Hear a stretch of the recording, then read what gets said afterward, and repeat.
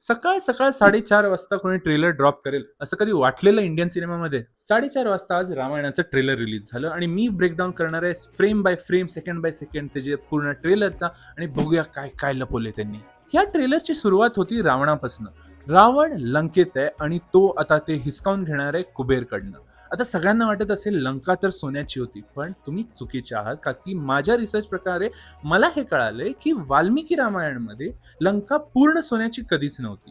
ती होती व्हाईट कलरची, जे ह्याच्यात तसंच दाखवलंय. आता हे मार्बल फिनिश वाटतं तर आहे, पण त्याच्यावर एक गोल्ड इनले सारखं आहे की एक गोल्ड परत लावली.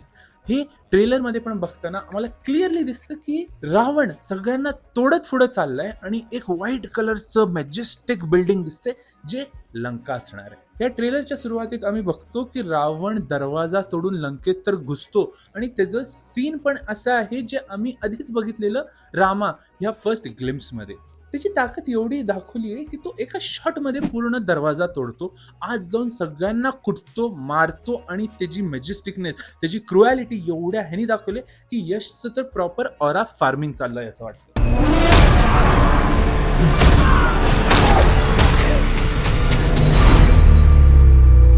या शॉटच्या नंतर आम्ही बघतो की रावणाला पूर्ण सजून धजून आता तो सगळ्यांना ऍड्रेस करायला जाणार आहे. त्याचं जे किरीट आहे जे एवढं मोठं आहे, त्याचे पूर्ण गोल्डवाले ड्रेस, पूर्ण ब्लॅक कलरची पोशाख, आणि तो पुढे चाललाय त्याच्या पूर्ण सेनेला भेटायला.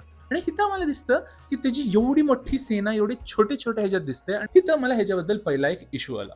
इकडं क्लिअरली आम्हाला दिसत नाही सेनामध्ये कोण आहे.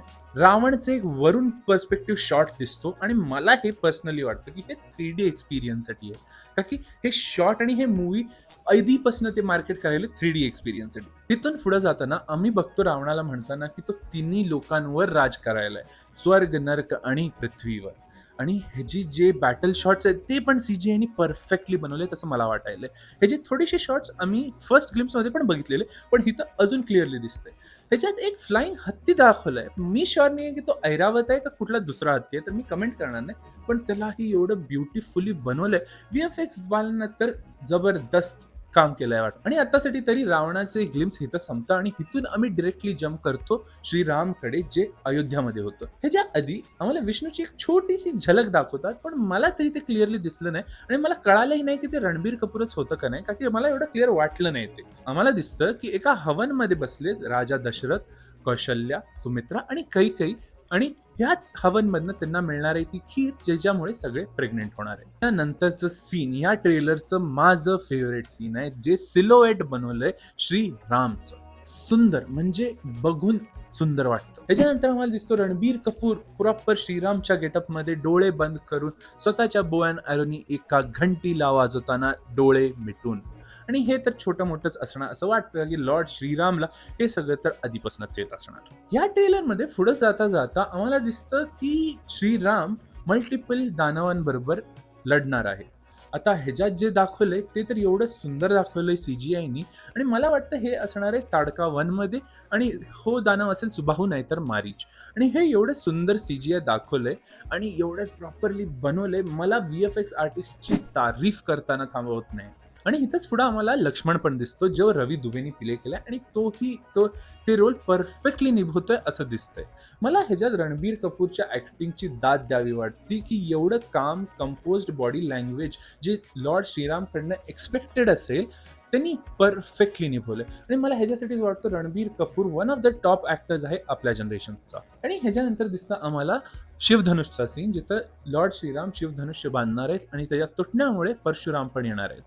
पण इथून आता पूर्ण ट्रेलरची ट्रॅजेक्टरी शिफ्ट होतीये डार्कनेसकडे, जिथं आम्हाला पहिलं लुक दिसतं लारा दत्ताची कैकेयीचं. हे सीन ऑब्व्हियसली असणार आहे जिथं लारा दत्ता श्रीरामला म्हणणार आहे 14 वर्षाच्या वनवासासाठी, आणि हे आम्हाला सगळ्यांना बघताना भरपूरच दुःख होणार. इथं ते ड्रेडफुलनेस, मन मारून काहीतरी करण्याचं जे लुक आहे लॉर्ड श्रीराम मध्ये, ते क्लिअरली दिसतं. आणि ते जे अँगर आणि ते इव्हिलनेस जे कैकेयीमध्ये थोडंसं तरी होतं, ते पण लारा दत्ताने परफेक्टली आणलंय. इथं आम्हाला दिसतं की लॉर्ड श्रीराम त्यांनी एक्सेप्ट केलं की त्यांना जायचंय, आणि ते चॅरियटचं सीन येतंय जिथं श्रीराम, लक्ष्मण आणि सीतामा चॅरियटमधनं वनवासासाठी निघणार आहेत. आणि हे सीन फर्स्ट गेम्समध्ये पण होतं, पण इथं रणबीर कपूरच्या डोळ्यात बघून हे तर शुअर सांगू शकतो की इथं सगळी जण रडणार आहेत.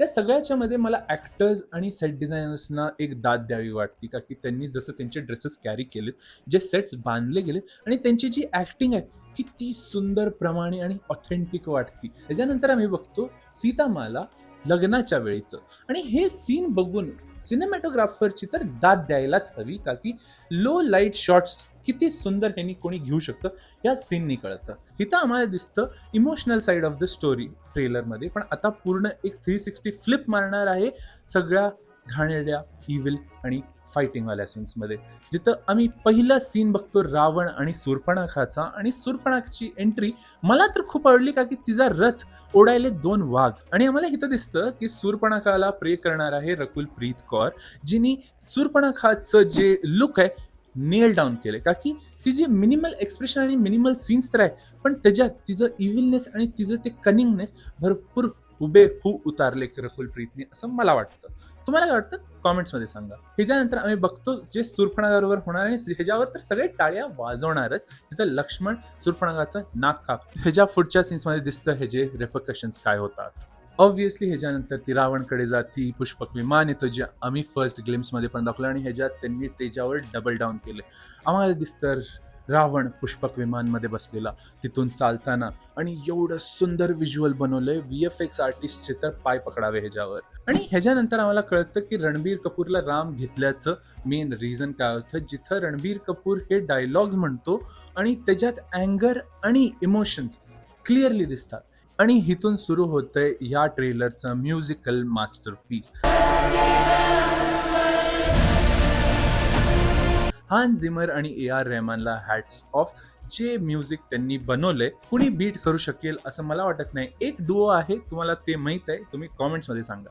त्याच्यानंतर ट्रेलरमध्ये मल्टिपल इंटरेस्टिंग शॉट्स दिसतात, ज्यात दशरथ येतात, कैकई, मंथरा, कुंभकर्ण आणि वेगवेगळ्या जणांचे छोटे छोटे शॉट्स आहेत. एक स्पेसिफिकली मला आवडलेलं शॉट आहे, जिथं प्रभू श्रीरामच्या समोर परशुराम पण उभा आहेत, आणि दोन्ही कॅरेक्टर्स रणबीर कपूरनीच प्ले केलेत, पण दोघांचं दाखवण्याचं आणि बॉडी लँग्वेज किती वेगळं आहे हे इथं दिसतं.